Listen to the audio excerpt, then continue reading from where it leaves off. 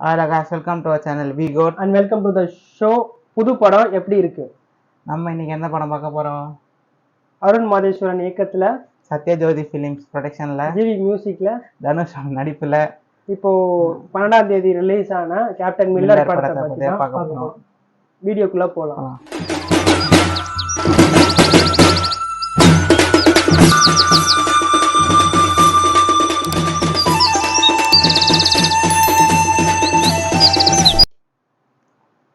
Captain Miller இந்த படத்தை பற்றி சொல்லணும்னா உண்மையாகவே இப்போ வந்து ரீசன்ட் மூவிஸில் இது ஒரு பெஸ்ட் மூவி.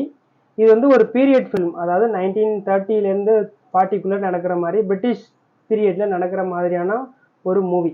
இந்த வருஷத்துக்கு ஒரு ஸ்டார்டிங்லேயே ஒரு கொஞ்சம் கொஞ்சம் நல்ல மூவியாக வந்திருக்கு. ஸ்டார்டிங்கே வருஷத்தை வந்து கொஞ்சம் நல்ல படத்தோட ஆரம்பிக்கிறோம் நாங்கள். ஆமாம், இதில் வந்து ஃபர்ஸ்ட் எடுத்தோன்னே ஒரு பாசிட்டிவாக என்னென்ன இருக்குன்னு சொல்லிட்டு அதுக்கப்புறம் கதை எப்படி இருக்குன்னு பார்க்கலாம். பாசிட்டிவ் சைட்ஸ்ன்னு சொல்ல போனால் இந்த படத்தோட சினிமேட்டோகிராஃபி தான்.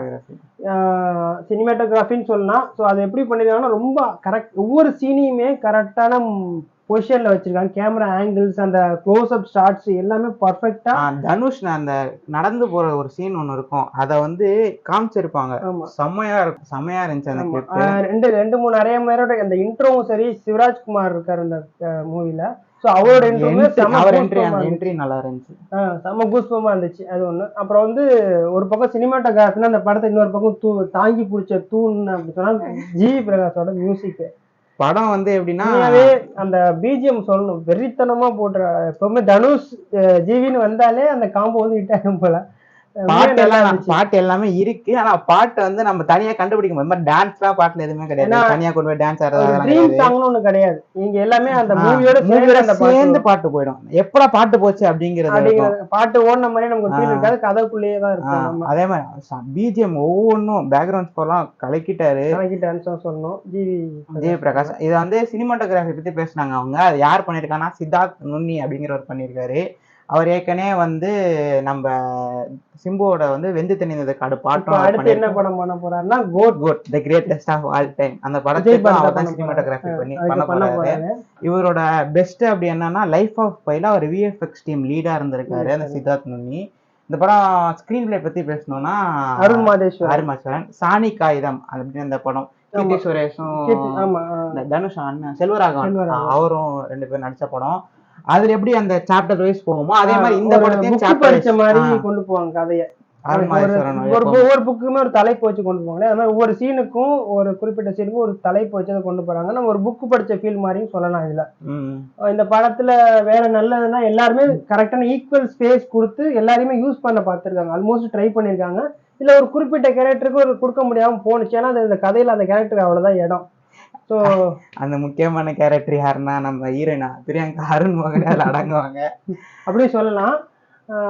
நான் சொல்றேன்னு அந்த அந்த ஸ்பேஸ் கொடுக்க முடியல அதுக்கு மேல அங்க. ஏன்னா இது வந்து ஒரு பார்ட்டாக தான் வரப்போகுது. அடுத்து இன் பிட்வீன் 2-3 பார்ட் இருக்கிற மாதிரி தான் சொல்றாங்க. ஸோ அதனால மேபி ஃபியூச்சர்ல யூஸ் பண்ணலாம் அந்த இதை.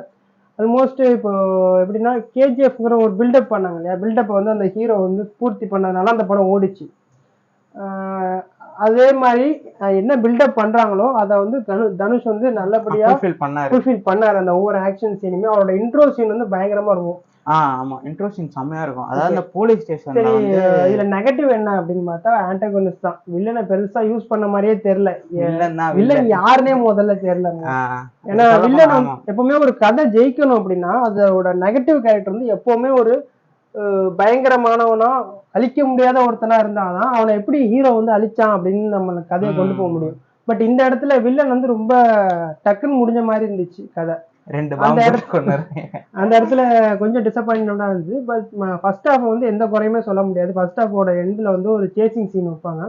உண்மையாவே அந்த சீன் தனுஷ் வந்து நல்லா மேக் பண்ணிருப்பாங்க. ஆமா, தனுஷோட இதுவும் கூட வந்து ஜிவி பிரகாஷோட மியூசிக்கும் சேர்ந்து பேக்ரவுண்ட் ஸ்கோர், நம்ம அந்த அருண் மாதேஸ்வரனோட ஸ்கிரீன் பிளே எல்லாமே டாப் நாட்ச்ல இருந்துச்சு. சரி, கதை என்ன அப்படின்னா ஒரு ஒரு 600 வருஷமா இருக்கிற ஒரு கோயில். அந்த கோயிலை கட்டின மக்களே அங்க பக்கத்துல குடியிருக்காங்க. அவங்களால உள்ள போக முடியல. அதே கிராமத்துல இருக்கக்கூடிய ஒரு இளைஞன் தான் வந்து தனுஷ். அவரு ஏன் கோயிலுக்கு போக முடியல, இவங்க நம்மளை மதிக்கிறது இல்லை, சொந்த நாட்டு மக்களே நம்மளை மதிக்கிறது இல்லை. ஸோ வெள்ளைக்காரன் வந்து நமக்கு வாய்ப்பு கொடுக்குறான், மரியாதை கொடுக்குறான், நல்ல வேலை கொடுக்குறான் அப்படின்ட்டு இவர் போயிட்டு ஒரு மிலிட்டரியில, அதாவது பிரிட்டிஷ் ஆர்மியில சேர்ந்துருவாரு. அதன் பின்னாடி நடக்கக்கூடிய ஒரு சில சம்பவங்களால மனசுக்கு பிடிக்காம அவர் வந்து ஃப்ரீடம் ஃபைட்டரா மாறிடுறாரு. சுதந்திரத்துக்கு போராடுற ஒரு குரூப்ல போய் அவர் ஜாயின் பண்ணிக்கிறாரு. ஒரு வைலண்ட் எப்படின்னா அகிம்சை குரூப் கிடையாது, 2 குரூப் இருந்துச்சு. வைலண்டா ஒரு சில குரூப் இருக்கும், அகிம்சையா இருக்கும். இதுல வந்து வைலண்டான குரூப்ல அவர் இருப்பாரு. அதுக்கப்புறம் அவர் எப்படி அந்த மக்களை காப்பாத்தினாரு, அந்த மக்களுக்கு, ஏன்னா அந்த கோயிலை உள்ள வரவிடாம சொல்றது வந்து சொந்த நாட்டுக்குள்ளேயே இருக்கக்கூடிய ஒரு குறிப்பிட்ட ஜமீன், ஒரு குறிப்பிட்ட சமூகத்தை சேர்ந்தவங்க, ராஜா, இளவரசர், அந்த மாதிரி. ஸோ இப்போ இது வந்து பொறுத்த வரைக்கும் 2 வெயிட்டேஜ் வில்லன்ஸ் கொடுக்குறாங்க. ஒன்று வந்து ஜமீன் சைடு ராஜா சைடு, இன்னொரு சைடு பிரிட்டிஷ் சைடு. 2 பேர்ட்டு அந்த மக்களை காப்பாற்றி அவங்க அந்த மக்களை கோயிலுக்கு கூட்டு போனாரா இல்லையாங்கிறதான் கதை. இந்த கதையில ஏற்கனவே சொன்ன மாதிரி எல்லாமே நல்லா தான் இருந்துச்சு. நாங்கள் ஏற்கனவே மற்றபடி எல்லாமே சொல்லிட்டோம். நெகட்டிவ் ரோல் உண்மையாகவே சொல்ல எங்களால் அதை சாட்டிஸ்ஃபை பண்ணிக்கவே முடியல, கண்ட்ரோல் பண்ண அந்த இது பண்ண ஏதோ எங்களுக்கு ஏதோ ஒரு டிசப்பாயின்மெண்ட் அந்த இடத்துல தான் இருந்துச்சு. இன்னும் ஒரு பெரிய டிசப்பாயின்மெண்ட் அப்படின்னா சிவா நடிச்சிருந்தார்ல, அவருக்கு சந்தீப் கிஷன், பிரியங்கா அருண் மோகன், அதித்தி பாலன் இவங்க யாருக்குமே சரியான ஈக்குவல் ஸ்பேஸ் கொடுத்த மாதிரி தெரியல. ஈக்குவல் ஸ்பேஸ் கொடுத்தோம்னா அவங்க பேரை பூர்த்தி பண்ற அளவுக்கு ஸ்பேஸ் கொடுத்த மாதிரி தெரியல. பட் ஆனா செகண்ட் பார்ட்டுக்கு வந்து அந்த ஸ்டேட்ல படம் ஓடுங்கிறத ப்ரமோஷனுக்காக கூட்டு வந்த மாதிரி தான் இருந்துச்சு. அவங்களுக்கு பெரிய ஸ்கிரீன் ஸ்பேஸ் கொடுக்கல, பட் கொடுத்த அந்த ஸ்பேஸ் அவங்க நல்லா யூஸ் பண்ணிருந்தாங்க. குறிப்பா சொல்லணும்னா சிவராஜ்குமார் உண்மையாவே நல்லா பண்ணியிருந்தாரு. கூஸ்பம்பா இருந்துச்சு அவரு கிளைமேக்ஸ்ல என்ட்ரி, கூஸ்பம்பா இருந்துச்சு. இந்த படத்துல ஒரு பெரிய ஸ்டார் யார் தெரிஞ்சாங்கன்னா நிவேதிதா சதீஷ் அப்படிங்கிறவங்க வந்து கொஞ்சம் நல்லா ஸ்டாரா தெரிஞ்சாங்க. அவங்க வந்து என்ன படம் நடிச்சிருக்காங்க, சுழல்னு ஒரு வெப் சீரிஸ் பண்ணாங்க. அதுக்கு முன்னாடி சில்லுக்கருப்பட்டி பண்ணிருக்காங்க. உண்மையாவே இந்த படத்துல வந்து அவங்க பீக் தான் சொல்லலாம். பிரியங்கா மோகனோட ஒரு ஸ்டெப் மேலேயே தெரிஞ்சாங்க. தனியா ஹீரோயினே அவங்க தான் நினைச்சாங்க ஃபர்ஸ்ட். ரொம்ப நேரம் ஹீரோ கூட டிராவல் ஆனாங்க அந்த கதையில. ஏன்னா அந்த கேங்ல அவங்க இருப்பாங்க. அந்த கேங்கோட தலைவர்னா இளங்கோ குமரவேல், அவர் தான் வந்து அந்த கேங்க்கு தலைவரா இருப்பாரு. அவரும் சூப்பரா நடிச்சிருப்பாரு. வந்து அந்த பிச்சைக்காரனா கூட்டு வருவாங்க அந்த கேரக்டர். உண்மையாவே நல்ல ஆக்டர். அவர் தான் அந்த வாய்ஸ் ஒரு படத்துக்கு பில்டப் பண்றது அவர் வாய்ஸ் வச்சு தான் பண்ணியிருப்பாங்க மோஸ்ட்லி ஹீரோவுக்கு. ஆமா. அதுக்கப்புறம் இதுல வந்து முக்கியமான நிறைய பேர் பண்ணியிருக்காங்க. அதுல சொல்ல போனா நம்ம காளி வெங்கட் அவர் தான் மெயினான ரோல். கதையோட ஒவ்வொரு திருப்பத்துக்கும் அவர் தான் காரணமா இருப்பாரு. விஜய் சந்திரசேகர் அவங்க அந்த நரேஷன், அவங்க ஆக்டிங் சூப்பரா இருந்துச்சு. ஏன்னா அந்த கதையோட அடுத்தது அவங்க சொன்ன கதையை பேஸ் பண்ணி இந்த மூவி வந்து மூவ் ஆகும் கொஞ்சம் கொஞ்சம். 600 years அந்த ஸ்டோரியை வந்து அவங்க ஷார்ட்டா ஸ்வீட்டா சொல்லிருப்பாங்க. அதுல அது அப்புறம் முக்கியமான விஷயம் என்னன்னா டைலாக்ஸ். இந்த மூவில வந்து டைலாக்ஸ் வந்து உண்மையாவே தரமா எழுதியிருக்காங்க. முக்கியமா சொன்னா குறிப்பிட்ட 2 டைலாக் நம்ம சொல்லலாம். அப்படின்னா ஒருத்தர் கேட்பாரு தனுஷ்ட, நம்மலாம் கோயிலுக்குள்ள போகலாமா, தப்பாயிட்டாதான் சாமி கோச்சுக்காதான்னு. கோயிலுக்குள்ள போயிடுவாங்க. அதுக்கப்புறம் கருவறைக்குள்ள போகலாமான்னு கேட்பாங்க. அதுக்கு அவர் சொல்லுவாரு, நம்ம உள்ள போகக்கூடாதுன்னு சாமி சொல்லிச்சா அப்படின்னு அதோட நிறுத்துவாரு. அதுக்கான பதில் நம்ம மனசுக்குள்ளே வந்துடும். சாமி சொல்லலையே, அப்படி யாருமே வந்து சொல்லலை. கடவுள் நேராக வந்து நீ வராதுன்னு யாருமே சொல்லலை. அப்போ நமக்குள்ள ஃப்ரேம் பண்ணிக்கிட்ட தானே இதெல்லாம். யாரோ ஒருத்தர் ஃப்ரேம் பண்ண நம்ம அதுக்குள்ள மாட்டிக்கிட்டு இருக்கோம், அவ்வளோதான். ஸோ அதனால யார் வேணா, மனுஷனா வந்து யார் வேணா எந்த விஷயத்த வேணா பண்ணலாம். பட் அதுக்காக ஏற்படுத்தின ஒரு சில விஷயத்த நம்ம ஃபாலோ பண்ணா போதும். பட் பை பர்த் நீ இதுக்கு லாய்க்கு இல்லைன்னு யாரையுமே நம்மளால சொல்ல முடியாது, கூடாது. இன்னொரு டைலாக் என்ன அப்படின்னா, இது எப்படி மனுஷன் எப்படி ஈக்குவல்னு சொல்றோமோ அதே மாதிரி மென்னும் உமனுங்கிற அந்த ஈக்குவாலிட்டியுமே அதை பேசியிருந்தாங்க. ஓப்பனிங் சீன்ல பிரியங்கா மோகன் ஒரு ஸ்பீச் வரும்.